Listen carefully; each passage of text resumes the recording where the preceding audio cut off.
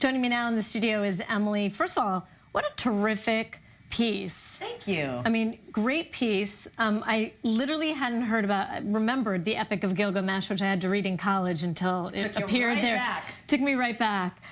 Let's talk about first those tablets, which were discovered just 5 years ago, and why they really are so groundbreaking. You know, I think the interesting thing is something that we take for granted because, you know, we hear about the destruction of the first temple, we hear about the destruction of the second temple. That's something we hear throughout history, but having these tablets basically is proving, you know, it's basically a contract proving that these things happen, which is not something that we necessarily think about because we take it as historical fact, but this really is the historical record of it being fact. Does that make sense? Of the exile from Jerusalem to Babylon. Exactly, in which they were called Judeans. That's why they believed that Al-Yahudu was the name of the region that the Sumerians gave the Judeans. But this predated the word Jew, even Jewish, even it predated the lunar calendar that we all, you know, go on today. Right, and that's interesting because Judea, that's still the term today that is used for, you know, the area that we talk about that is in the West Bank, where we believe so many of the stories of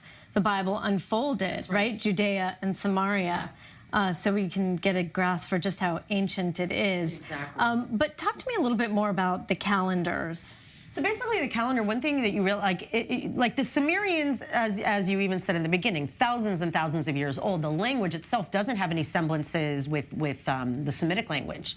Even Horowitz was saying it's similar. The closest thing is Georgian, the language of Georgia, Navajo, and a language even like in the Hawaiian era. But what this means is that it was all of the people from the exile that stayed, that didn't come back. You know, these descendants ended up becoming the great sages that created the Babylonian calendar or adopted the Babylonian calendar and wrote the Babylonian Talmud, which is kind of the foundation of the lunar calendar and the Jewish calendar that we know of today. There wasn't a Jewish calendar per se until, you know, hundreds, thousands of years after the exile.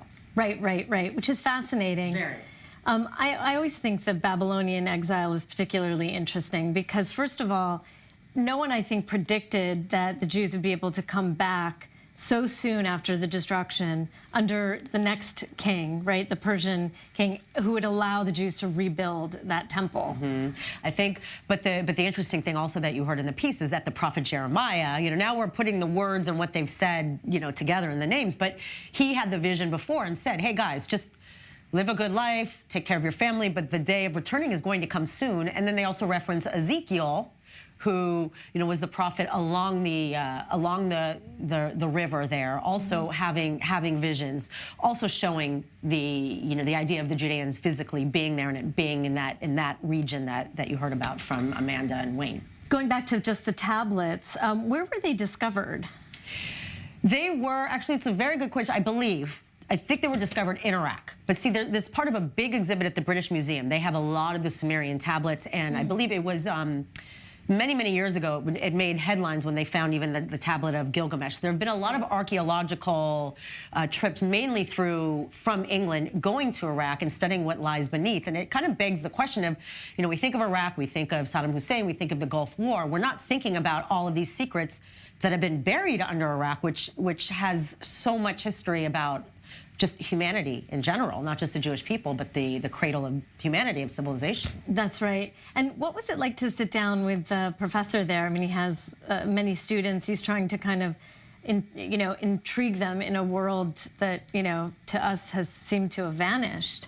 It's fascinating. You can see just even how excited he got when he showed us that book with the Nebuchadnezzar. He's like, no, this is a beautiful piece. This is proof that he existed. I mean, he's like a kid. And even, you know, Wayne Horowitz was saying, you know, like there was the athletes, there were the band nerds, I was a language nerd. But he said he was just always fascinated. And he actually studied under the, you know, the professors at the British Museum. So he just loves the idea of bringing it to life. And then to see these students that are, you know, older, they're not necessarily college kids, to show a renewed interest is fascinating. Yeah, and this exhibit is at the Bible Lands Museum in Jerusalem. Where they have several of the tablets, not the whole collection, but yeah, it's a permanent exhibit within the Bible Lands Museum. It's now part of the Bible Lands permanent exhibit. Yes, to see these little tablets and how people were able to like chisel out. Right, and no connection really between the language Sumerian and Hebrew, even though they were That's both right. Semitic languages. Well, as Wayne Horowitz was saying, is that Sumerian was not a Semitic language, that it actually predated, that there's nothing like it. The closest possibilities is like Navajo and the Georgian language, which was really, you wouldn't put those two together.